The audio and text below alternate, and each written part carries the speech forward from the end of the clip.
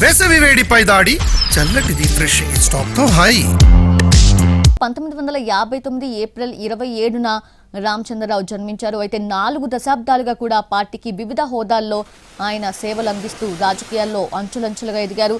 1977లో Secunderabad railway degree college student union ప్రెసిడెంట్గా కూడా ఎన్నికైన ఆయన 3 ఏళ్ల పాటు ఆ పదవిలో కొనసాగారు.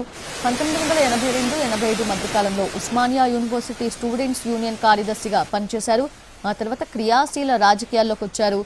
ఏపీ బీజేపీ యువ మోర్చాకు తొలి కార్యదర్శిగా రామచంద్రరావు నియమితులయ్యారు. కొన్నేళ్ల తర్వాత బీజేపీ ఏపీ శాఖ లీగల్ సెల్ జాయింట్ కన్వీనర్గా నియమితులయ్యారు. 2008లో ఏపీ బీజేపీ అధికార ప్రతినిధిగాను, 2011-13 మధ్య కాలంలో ఏపీ బీజేపీ ప్రధాన కార్యదర్శిగా అందరికీ సుపరిచితులయ్యారు. 2014లో తెలంగాణ రాష్ట్రం ఏర్పడ్డాక జరిగిన అసెంబ్లీ ఎన్నికల్లో మల్కాజ్గిరి నియోజకవర్గం నుంచి పోటీ చేసి టీఆర్ఎస్ అభ్యర్థి చింతల కనకారెడ్డి చేతిలో ఆయన ఓడిపోయారు.